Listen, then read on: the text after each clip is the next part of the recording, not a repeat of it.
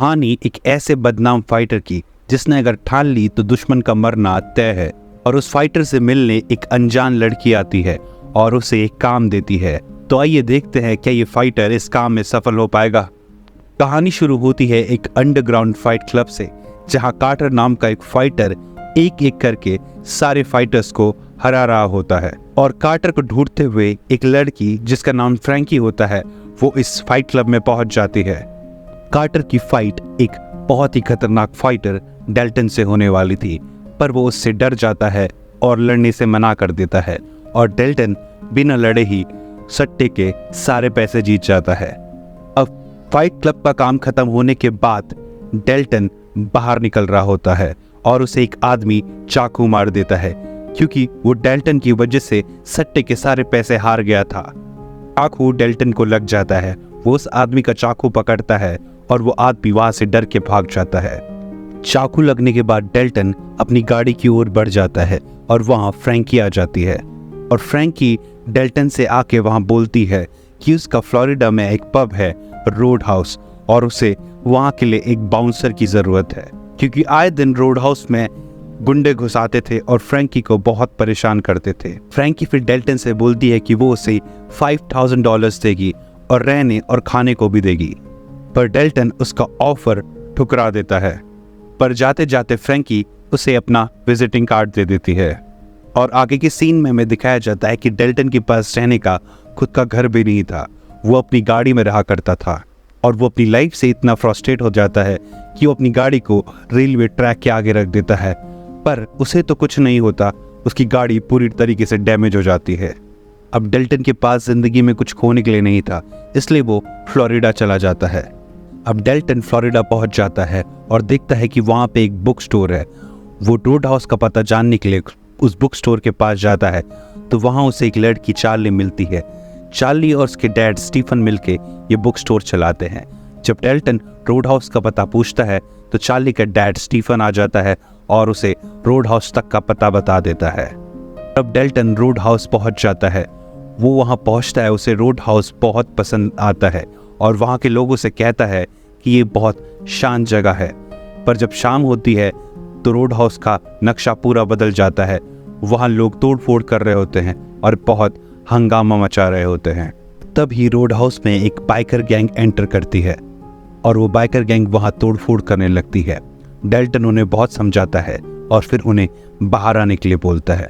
और जैसे ही वो लोग बाहर आते हैं, डेल्टन उन्हें बहुत बुरी तरीके से पीटता है और फिर खुद ही उन लोगों को हॉस्पिटल ले जाता है। हॉस्पिटल में डेल्टन की मुलाकात डॉक्टर एली से होती है। डॉक्टर एली डेल्टन के हाथ से खून बहता हुआ देखती है तो उसे ऑपरेट करने लगती है और उसकी चाकू के निशान वाले घाव को भी ठीक कर देती है। और इस बीच उनकी दोस्ती बहुत गहरी हो जाती है। हॉस्पिटल से सीधे ही डेल्टन रोड हाउस आ जाता है और वो फ्रैंकी से सवाल पूछता है कि इस जगह का नाम रोड हाउस किसने रखा। फ्रैंकी बोलती है कि सब उसके अंकल का आइडिया था। और अब रात हो गई थी और डेल्टन फ्रैंकी की शिप में रहना शुरू करता है और वहां एक आदमी आके उसे वार्न करता है कि यहाँ की मगरमच्छों से बच के रहना। और अगली सुबह होती है और डेल्टन चार्ली से मिलने चले जाता है। उन दोनों की दोस्ती बहुत गहरी हो गई थी और तभी चार्ली की दुकान के आगे बाइकर गैंग के कुछ लोग हंगामा करने लगते हैं। चार्ली उनको सबक सिखाने बाहर निकलती है, पर वो चार्ली का मजाक उड़ाने लगते हैं। तभी वहां डेल्टन आ जाता है और वो लोग डेल्टन को देखते ही भाग जाते हैं। और फिर हम बैन ब्रांडेड नाम के एक आदमी को देखते हैं जो एक बहुत बड़ा माफिया का बेटा होता है और उसके डैड जेल में होते हैं। और वो बाइकर गैंग जिसने रोड हाउस में हंगामा किया था वो इस गैंग को कंट्रोल करता है। और अब बाइकर गैंग वाले बैन को बता रहे होते हैं कि किस तरीके से एक बाउंसर ने उन्हें बुरी तरीके से पीटा। और वहां सीन कट होके रोड हाउस में जाता है, जहां डेल्टन वहां के वर्कर बिली में भी जोश भर देता है, जो वहां के छोटे मोटे गुंडों से तो खुद ही लड़ लेता है। और वहां डेल्टन की मुलाकात एक लड़के रीफ से भी होती है, जो पुराना बॉक्सर होता है और वो उसे रोड हाउस ज्वाइन करने के लिए बोलता है। तो अब बिली और रीफ मिलके वहां के छोटे मोटे मामलों को अपने आप ही सुलझा ले रहे होते हैं। और अगले सीन में हम देखते हैं कि डेल्टन और एली की नज़दीकियां भी बढ़ रही हैं। वो रोज साथ में डिनर करते हैं और बहुत सारी बातें करते हैं। कहानी में हम देखते हैं कि रोड हाउस में सब शांति से चल रहा होता है और एक दिन ऐसे ही अपना काम खत्म करके डेल्टन अपने बोट पे वापस जा रहा होता है।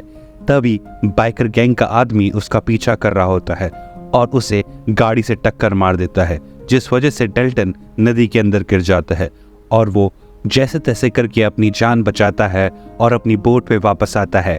पर उसे बोट पे वही बाइकर गैंग का लीडर मिल जाता है और वो उसे मारने ही वाला होता है।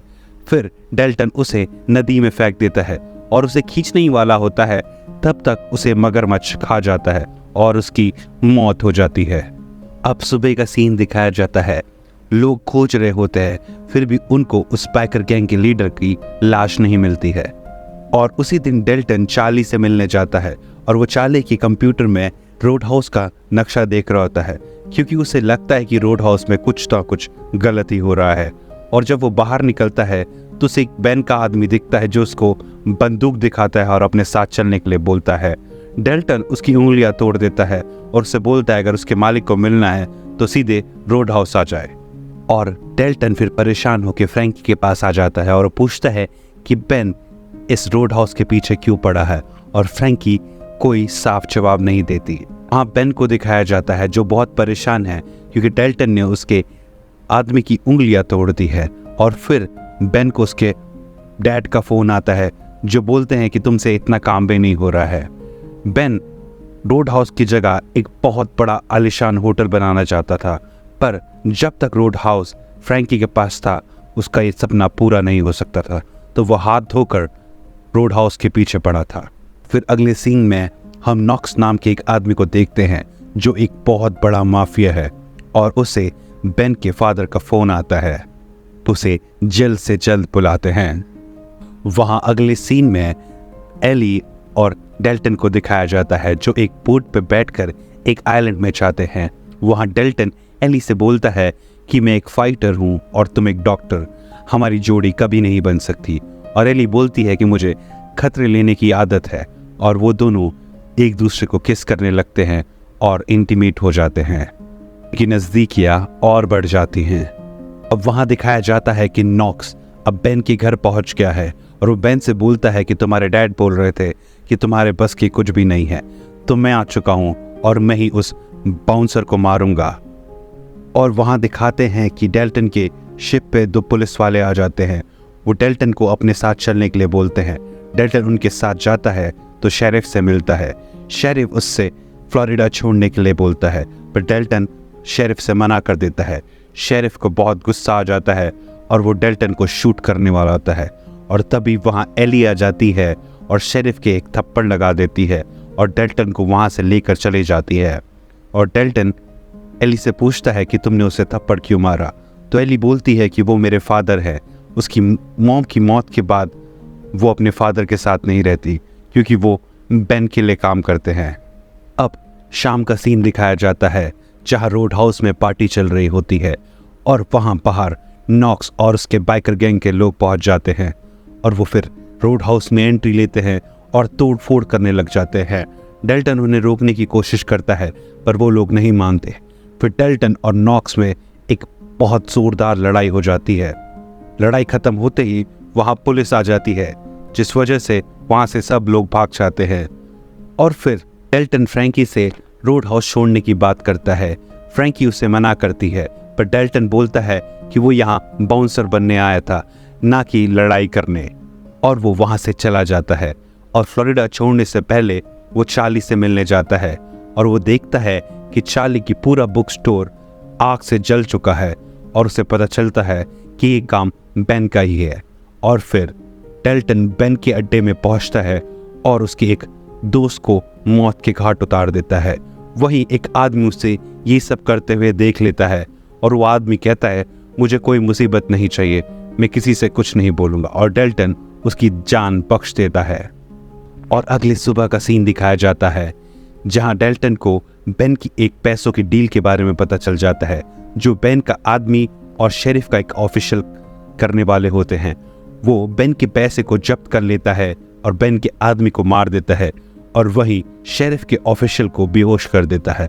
और वो खुद ही फिर कोस्ट गार्ड में फ़ोन करता है और बोलता है कि यहाँ एक आदमी की लाश और एक ऑफिशियल बेहोश पड़ा है। और फिर ये सब खबर सुनकर शेरिफ डेल्टन के पास आ जाते हैं और बोलते हैं कि मेरी बेटी एली को बेन ने किडनैप कर दिया है, अगर तुम उसके पैसे नहीं दोगे तो बेन मेरी बेटी को नहीं छोड़ेगा, प्लीज़ मेरी मदद कर दो।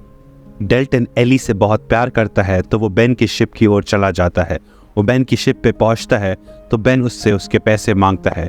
डेल्टन कहता है मेरे पास तुम्हारे कोई भी पैसे नहीं हैं, और बेन बोलता है कि मैंने तुम्हारी गर्लफ्रेंड को किडनैप किया है।